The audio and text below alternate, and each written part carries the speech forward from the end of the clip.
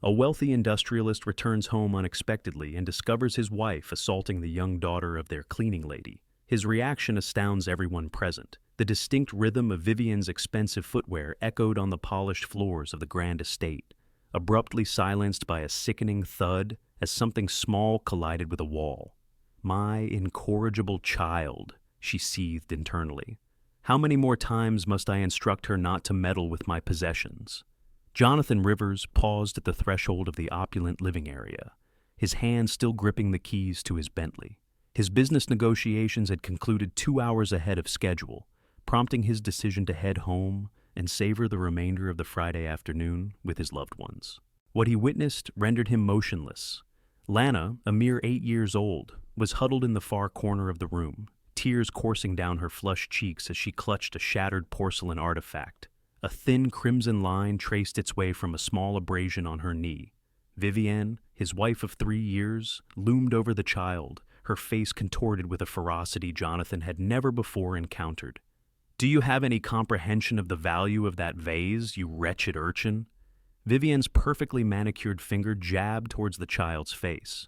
"It costs more than your mother earns in an entire year tending to this household." Jonathan had known Lana since she was a toddler. Carmen, his mother, had been employed as a domestic helper within this very mansion for nearly a decade, a tenure that predated his first marriage. The child had consistently exhibited remarkable politeness, keen intelligence, and an insatiable curiosity. Occasionally, during school holidays, she accompanied her mother to work, and Jonathan always found her presence a welcome addition to the household. "Please, Mrs. Vivienne," Lana's diminutive voice quivered. "I was only attempting to assist with the tidying." The vase slipped from my grasp when I was startled by the sudden volume from the television. "Liar!" Vivienne's hand rose, poised to strike the child. In that precise instant, a profound shift occurred within Jonathan. It transcended mere anger. It was a stark, unclouded realization of the true nature of the woman he had chosen as his wife.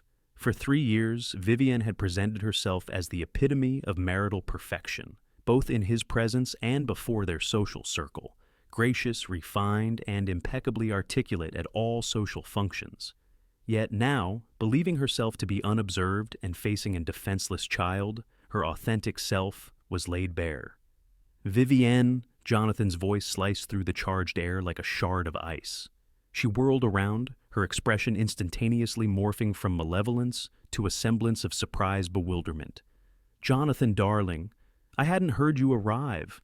This child has just shattered the exquisite Ming vase that her mother presented to us as a wedding token." Jonathan observed the scene with newly opened eyes. Lana's pathetic posture, the fresh injury on her knee, the child's defensive stance. Every detail indicated this was far from an isolated incident. His years of navigating high-stakes corporate negotiations had honed his ability to interpret body language, and what he perceived in Lana was the profound fear of someone accustomed to such treatment. "Lana," Jonathan murmured, deliberately disregarding Vivienne. "Are you injured?" The child's gaze darted between Jonathan and Vivienne before she offered a timid nod. "Where is your mother?" Jonathan inquired. "She has gone to the market to procure cleaning supplies for the kitchen," Lana responded, her voice barely audible. Jonathan crouched down to the girl's level, maintaining a respectful distance to avoid further alarming her. "How long has Mrs. Vivienne been addressing you in this manner when I am not present?" The ensuing silence was more eloquent than any verbal affirmation. Vivienne cleared her throat, a sound laden with discomfort. "Jonathan, I believe you are overreacting. It was merely an accident, and I was advising her on the necessity of greater caution." Yet, Jonathan's gaze remained fixed on Lana. There was a disconcerting maturity in the child's expression, a guardedness utterly uncharacteristic of an 8-year-old.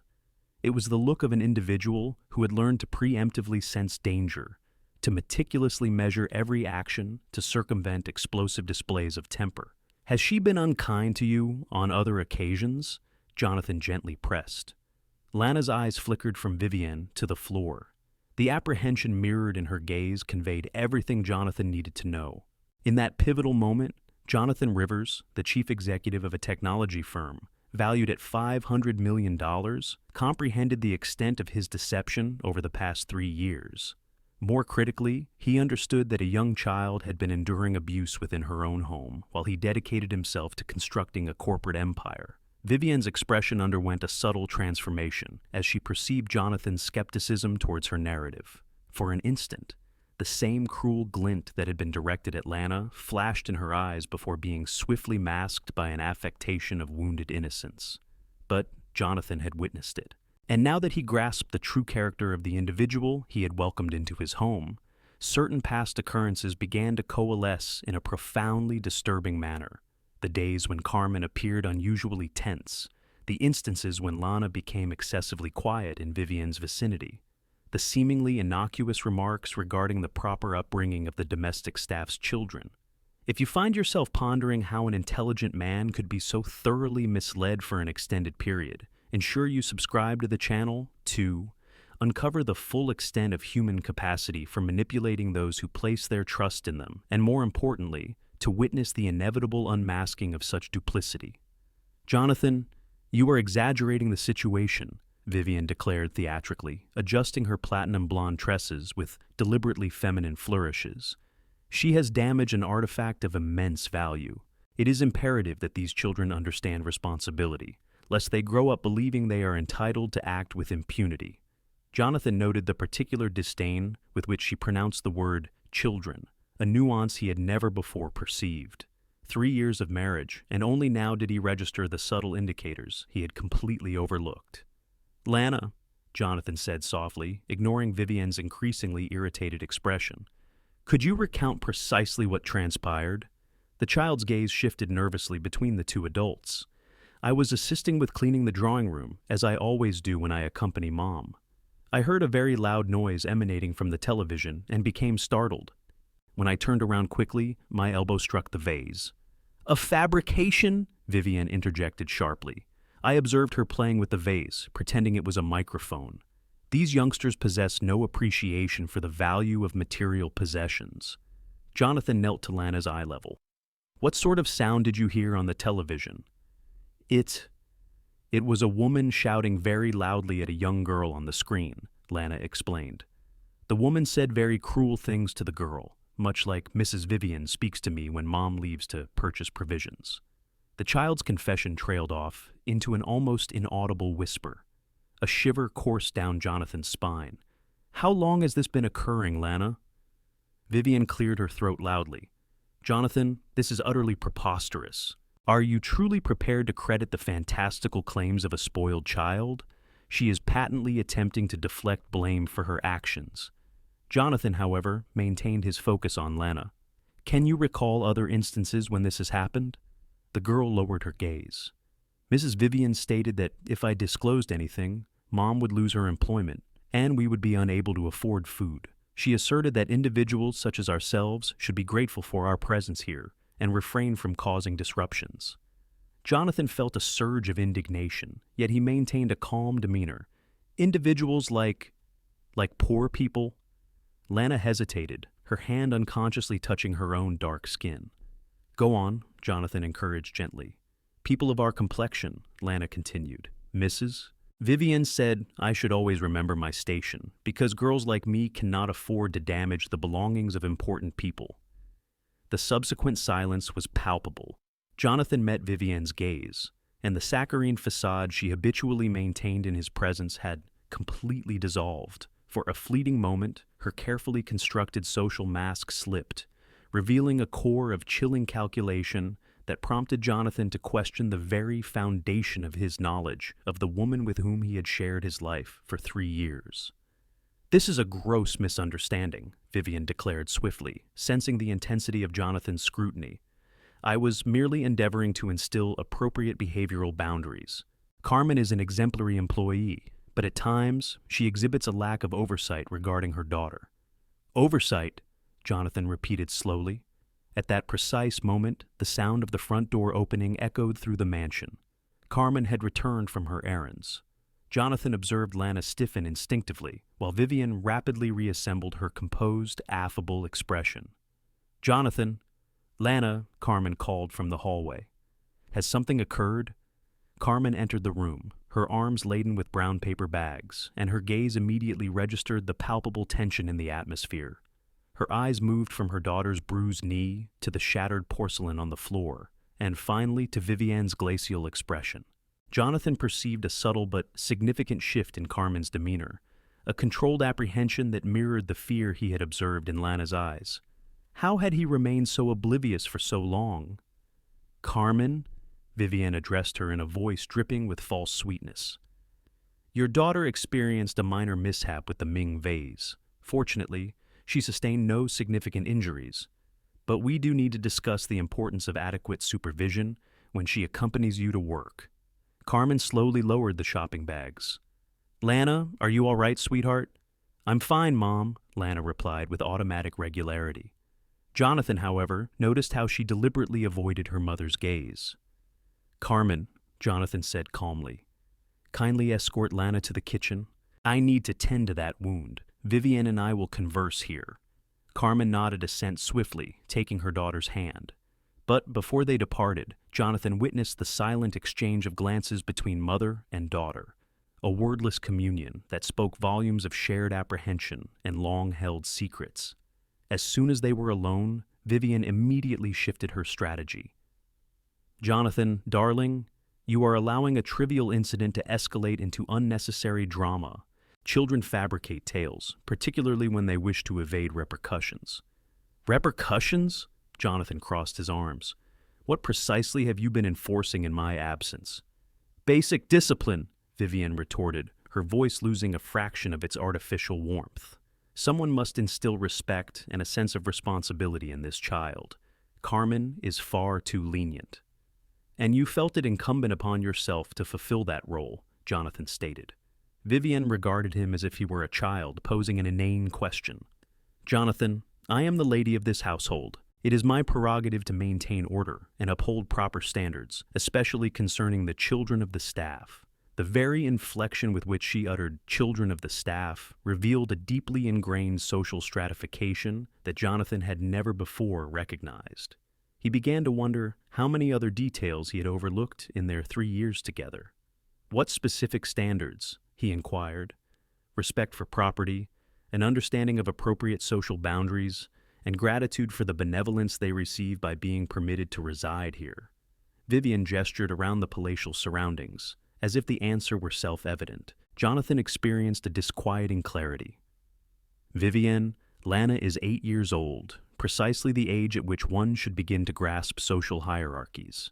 If she learns these lessons early, she will mature into an adult better equipped to navigate the realities of the world." "Realities?" Jonathan struggled to process her words.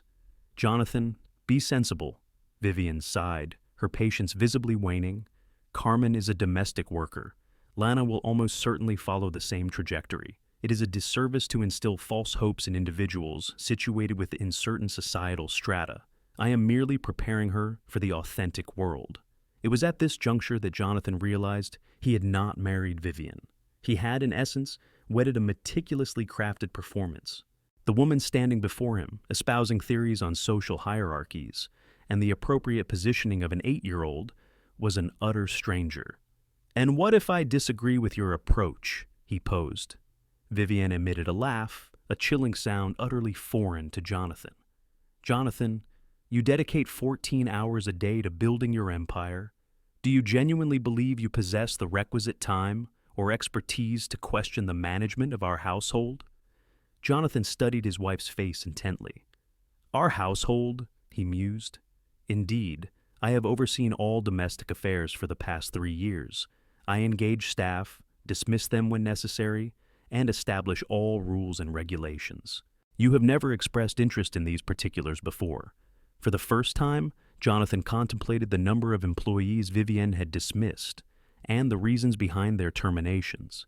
He pondered how many families might have suffered as a consequence of her perceived negligence in properly overseeing her own domestic sphere.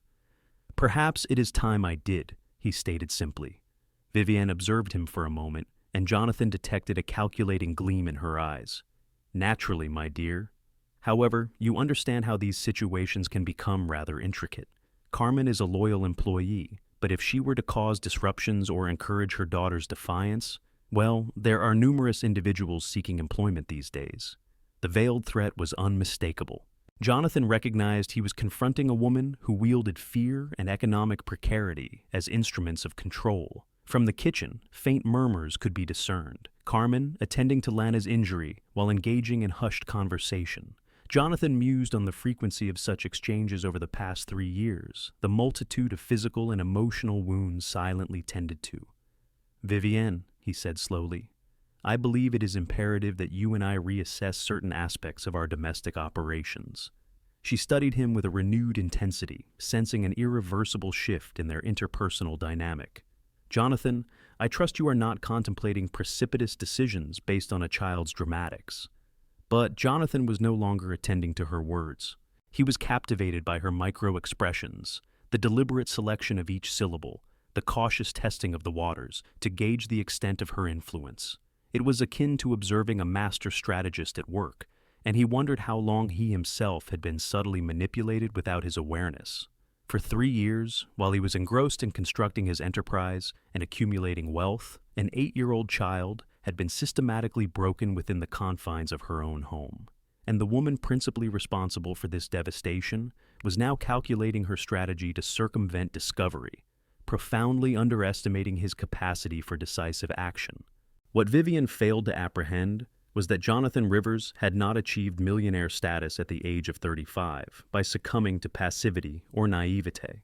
She was about to discover that certain tempests, once unleashed, possessed the power to obliterate all in their path.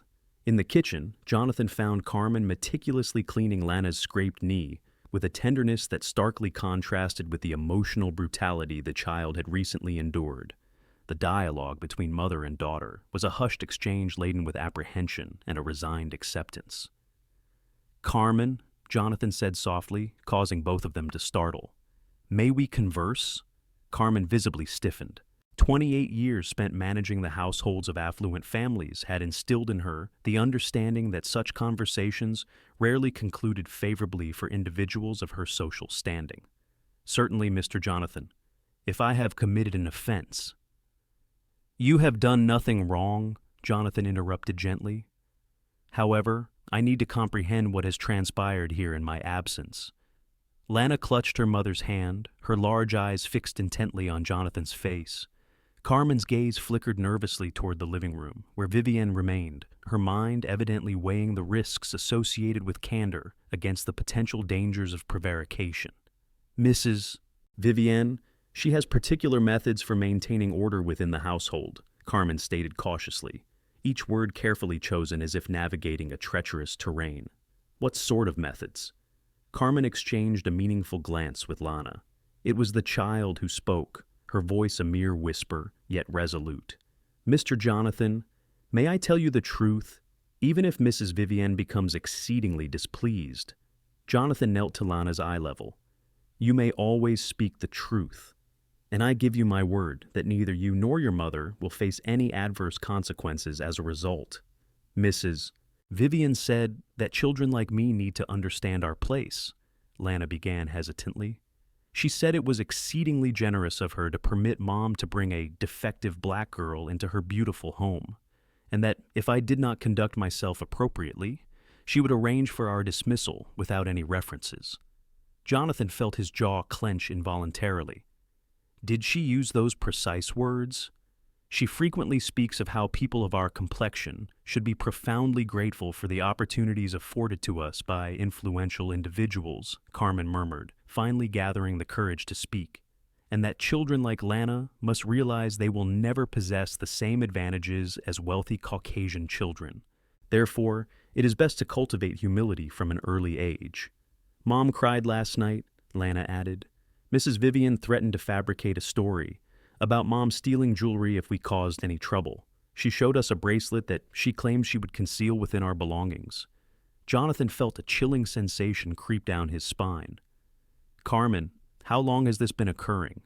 "Since the initial month following her marriage to you," Carmen confessed, tears commencing to stream down her face. "But Mr. Jonathan, we are reliant on this position. It is just Lana and I, and without references." Jonathan understood the perfectly constructed trap Vivienne had devised. Carmen was ensnared between enduring abuse and confronting the specter of complete financial ruin, and Vivian was acutely aware of how to exploit this vulnerability. "Carmen," Jonathan stated firmly, "I want you to be unequivocally aware that your employment is secure, irrespective of any developments with Vivian, and I require a detailed account of everything you have shared with me. Would you be willing to provide that?" Before Carmen could articulate her response, Vivian's voice emanated from the living room. "Jonathan, dearest, where have you absconded to? We must resolve this matter promptly. I have a social engagement in less than an hour." Jonathan observed Lana flinch instinctively upon hearing Vivian's voice, and Carmen automatically adopt a submissive posture. 3 years of psychological conditioning had transformed her home into a veritable prison for this family. "Remain here," Jonathan instructed. "I shall retrieve some materials from my study, and then we shall resume our discussion." Within the sanctuary of his study, Jonathan activated his laptop and commenced typing with rapid urgency. In his capacity as CEO, he had previously addressed numerous instances of harassment and discrimination within his company, and he was well versed in the precise nature of documentation required. However, his immediate priority was to secure professional legal counsel. He placed a call to Diana Rodriguez, a civil rights attorney he had encountered at various professional networking events. It was Friday, 5 o'clock in the afternoon, yet Diana answered on the second ring. "Jonathan, this is an unexpected pleasure. How may I assist?" "Diana, I require your urgent assistance with a matter of considerable gravity. It pertains to psychological and racial abuse inflicted upon an 8-year-old child within my own residence." The line fell silent for a beat. "I am listening." Jonathan proceeded to provide a concise yet comprehensive overview of the situation. Diana listened intently, posing incisive questions that underscored her profound expertise in handling analogous cases. "Jonathan, from a legal standpoint, you are in a strong position to safeguard Carmen and Lana," Diana stated. "However, the emotional damage has already been sustained. We must act swiftly and comprehensively." "Can you be here within 40 minutes?" Jonathan inquired. "That should be feasible. And Jonathan," she added, her voice firm, "ensure you meticulously record every single conversation with Vivian from this point forward. Her behavioral patterns suggest an escalation when she perceives a threat." While awaiting Diana's arrival, Jonathan returned to the kitchen. Carmen and Lana were seated together, engaged in hushed conversation. Upon Jonathan's appearance, Carmen immediately rose to her feet. "Mr. Jonathan, on second thought, perhaps it would be more prudent not to become involved in this situation.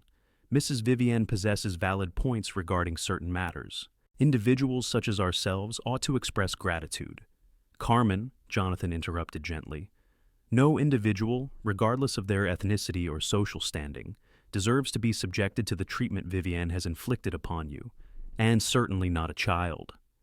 Lana gazed up at him, her eyes reflecting a wisdom far exceeding her years. "Mr. Jonathan, can we truly trust you?" The question struck a raw nerve. This 8-year-old child was questioning the reliability of an adult's promise, a burden no child should ever have to bear. "You can trust me, Lana," Jonathan affirmed, "and I shall demonstrate that to you." At that moment, Vivian's voice, tinged with palpable irritation, echoed from the living room. "Yes, Mother, I am aware you believe I am overly severe with the staff, but someone must maintain these individuals within their designated parameters." Jonathan, Carmen, and Lana exchanged a significant glance. Vivian had just inadvertently revealed that her conduct was not an isolated outburst of anger, but a deliberate philosophical stance she openly discussed with others. "Naturally, I shall not permit Jonathan to undermine years of effort dedicated to establishing appropriate boundaries," Vivian continued. "If he chooses to play the role of a social emancipator, he will soon discover the existence of repercussions." Vivian's phone conversation exposed a disturbing revelation. Not only was she perpetrating abuse against Carmen and Lana, but she had also devised specific strategies to neutralize any potential interference from Jonathan. The intonation of her voice suggested a pre-existing plan to manage the current predicament. "Jonathan, darling, where have you gone? We need to resolve this situation with dispatch. I have a social engagement in 1 hour." Jonathan noted how Lana instinctively recoiled at the sound of Vivian's voice, and how Carmen automatically assumed a posture of deference. 3 years of psychological conditioning had effectively transformed their home into a prison for this family. "Remain here," Jonathan instructed. "I shall retrieve some documents from my study, and then we shall reconvene." In his private study, Jonathan opened his laptop and began composing a rapid series of emails. As chief executive, he had navigated numerous complex cases involving workplace harassment and discrimination, and he possessed a clear understanding of the essential documentation required. However, his immediate priority was to secure expert legal assistance. He dialed Diana Rodriguez, a civil rights attorney he had met at various industry conferences. It was Friday evening, but Diana answered on the second ring. "Jonathan, what a surprise. How can I help?" "Diana, I require your immediate assistance with a matter of extreme seriousness. It involves allegations of psychological and racial abuse directed at an 8-year-old child within my own home." A momentary silence ensued on the line. "I am listening." Jonathan proceeded to provide a swift yet thorough explanation of the situation. Diana listened without interruption, interjecting with specific inquiries that highlighted her extensive experience in similar circumstances. "Jonathan, legally, you are in a robust position to protect Carmen and Lana," Diana stated. "However, the emotional damage has already been inflicted. We must act with both speed and comprehensiveness." "Can you be here within 40 minutes?" Jonathan asked. "That should be achievable." "And Jonathan," she added, her voice firm, "record every conversation you have with Vivienne from this point forward. Her behavioral patterns indicate a propensity for escalation when she perceives herself to be threatened." While awaiting Diana's arrival, Jonathan returned to the kitchen. Carmen and Lana were seated together, their voices a hushed murmur. Upon seeing him, Carmen quickly stood. "Mr. Jonathan, perhaps it would be more prudent not to become involved in this matter. Mrs. Vivienne is correct about certain aspects. Individuals such as ourselves should be grateful." "Carmen," Jonathan interrupted gently, "no person, irrespective of their heritage or socioeconomic status, deserves to endure the treatment Vivienne has subjected you to, and most certainly not a child." Lana looked up at him, her eyes holding a wisdom far beyond her years. "Mr. Jonathan, can we trust you? Truly?" The question resonated deeply. This 8-year-old child was questioning the integrity of an adult's promise, a burden no child should ever carry. "You can trust me, Lana, and I will prove it to you." At that precise moment, Vivienne's voice, thick with irritation, could be heard from the living room. "Yes, Mother. I understand you believe I am being excessively harsh with the employees, but someone must ensure these individuals remain within their proper sphere." Jonathan, Carmen, and Lana exchanged significant glances. Vivienne had inadvertently revealed that her conduct was not an isolated incident of anger, but a deeply ingrained philosophy that she openly discussed with others. "Of course, I will not allow Jonathan to undo years of meticulous work in establishing appropriate boundaries," Vivienne continued. "If he intends to champion the cause of social justice, he will soon learn that there are consequences." Vivienne's phone conversation revealed a disturbing reality. Not only was she inflicting abuse upon Carmen and Lana, but she had also formulated specific strategies to neutralize any potential interference from Jonathan. The tone of her voice suggested that she had already devised a plan to address the current situation. The unfolding situation promised to be anything but pleasant for anyone involved. Jonathan realized with growing certainty that he was confronting an individual far more cunning and potentially perilous than he had initially assessed. Vivienne was not merely a bigoted individual losing her grip. She was a meticulously orchestrating manipulator who had dedicated 3 long years to meticulously crafting and implementing a campaign of psychological torment. From the adjacent living room, faint echoes of Vivienne's telephone discourse drifted, strongly suggesting that she was already enlisting external allies for her defense. Furthermore, the assured cadence of her voice clearly indicated her conviction that any threat posed by Jonathan would be effortlessly neutralized. Unbeknownst to her, however, Jonathan Rivers had cultivated a multi-million-dollar enterprise by never underestimating the complexities of human nature. And when faced with an injustice, his response was invariably characterized by meticulous planning and devastating efficacy. While Vivienne continued to strategize elsewhere in the residence, Jonathan quietly amassed a comprehensive record of every utterance, preparing a counteroffensive so unforeseen that she would never anticipate its arrival. Certain confrontations, after all, are not won through vociferous arguments or direct clashes. They are triumphs achieved through astute intellect, substantial resources, and a precise grasp of the true mechanics of influence in the tangible world.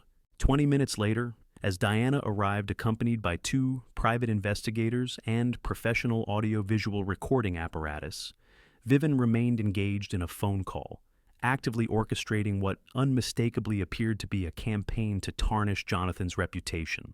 Her voice resonated throughout the house, imbued with a confidence that was poised to swiftly devolve into utter dismay. If Jonathan dares to create complications for me regarding this absurd predicament with the staff, we will implement contingency plan B.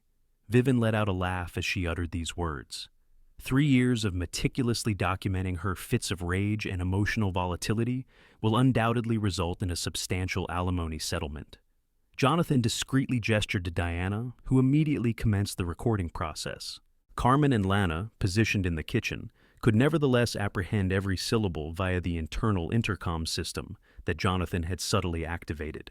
Naturally, I fabricated certain scenarios to elicit his reactions, Vivian continued. Men of wealth are remarkably predictable when they perceive a challenge. And now, with this entire narrative of championing the Black Maid and her young daughter, I can portray him as unstable and entirely unfit to manage his own considerable fortune.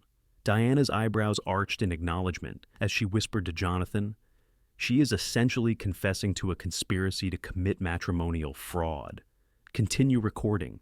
Yet, the most impactful revelation was yet to transpire.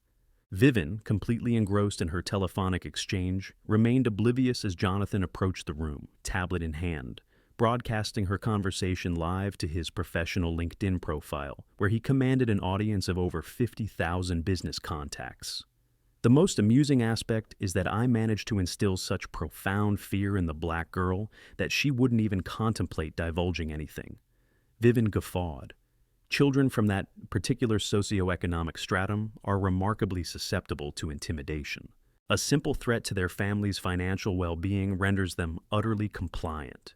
The viewership on the live stream had already surpassed 1,000 individuals, including numerous chief executive officers and prominent business leaders whom Jonathan knew personally.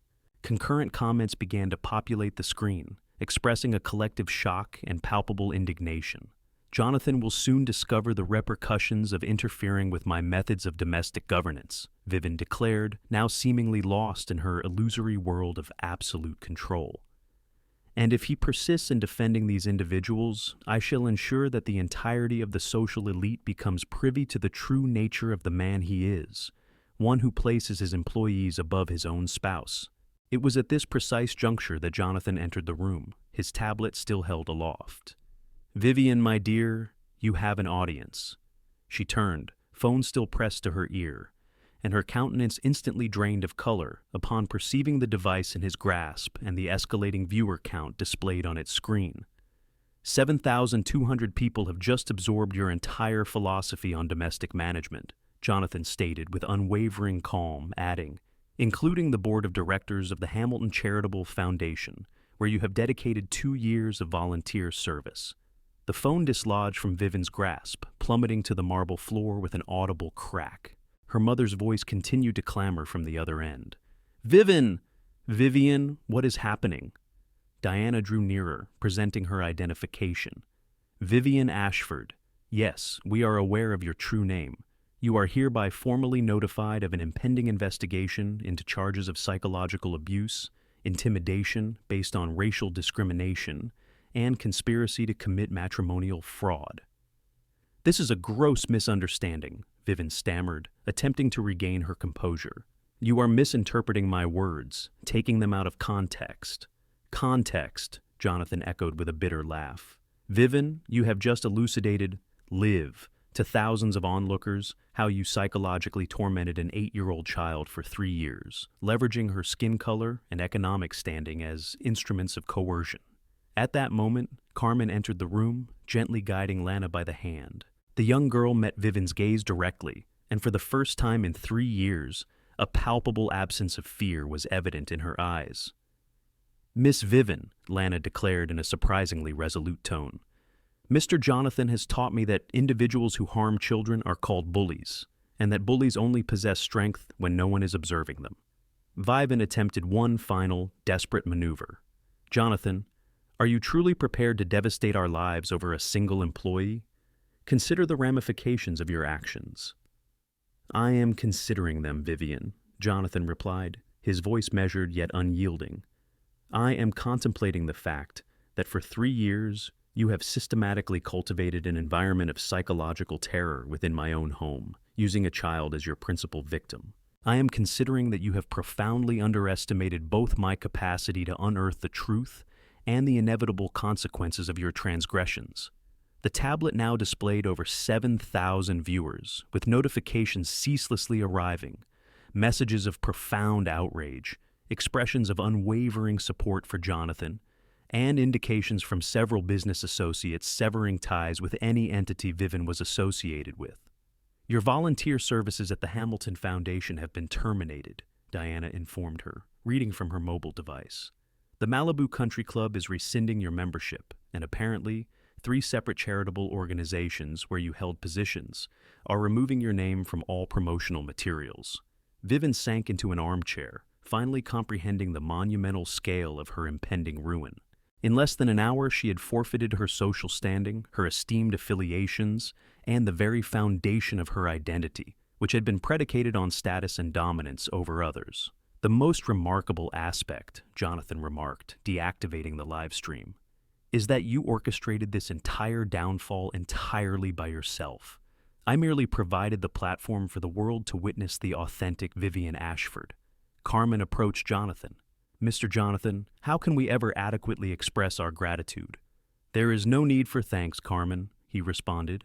I am, however, profoundly sorry that it took me 3 years to recognize what was transpestering under my own roof.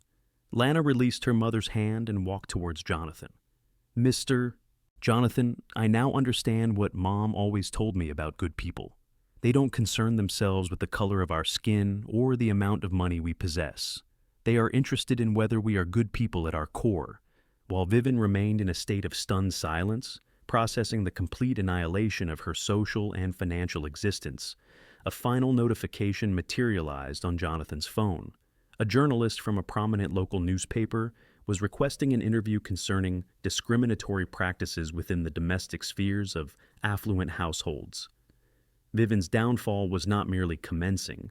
It was on the precipice of becoming a seminal case study in how prejudice and the abuse of power could be utterly exposed when truth finally emerged from the shadows. And perhaps the most ironic twist of all was that she herself had furnished every single piece of evidence essential for her own undoing, having spectacularly underestimated the intellect and resolve of the very individuals she had spent 3 years endeavoring to subjugate.